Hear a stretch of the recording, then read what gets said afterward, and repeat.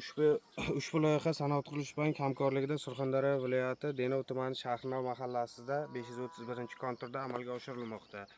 Bu yerda oq piyoz ekilgan. Maydon hajmi 2 gektar, uzunligi 96 metr, eniga 25 metr.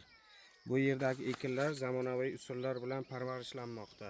Hozirda ekinlar tayyor holatida. Ekinlarni yetishtirish 90 kun davom etadi. Yetishtirish jarayonida sug'oriladi, tabiiy va mineral o'g'itlar bilan oziqlantiriladi. Ushbu loyihaga 6 dehqon xo'jaliklari biriktirilgan. Har bir dehqon xo'jaligi o'rtacha 0.33 sotiqdan yer maydonlari to'g'ri keladi.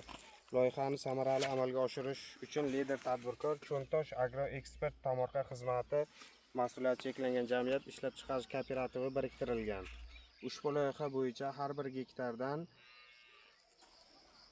30 tonna, jami 60 tonna hosil olish rejalashtirilgan. Mazkur ekin yig'ishtirib olingandan so'ng ikkinchi ekinga ham yuqori daromadli ekin turini ekish orqali yer egalarining daromadlarini yanada oshirib boriladi.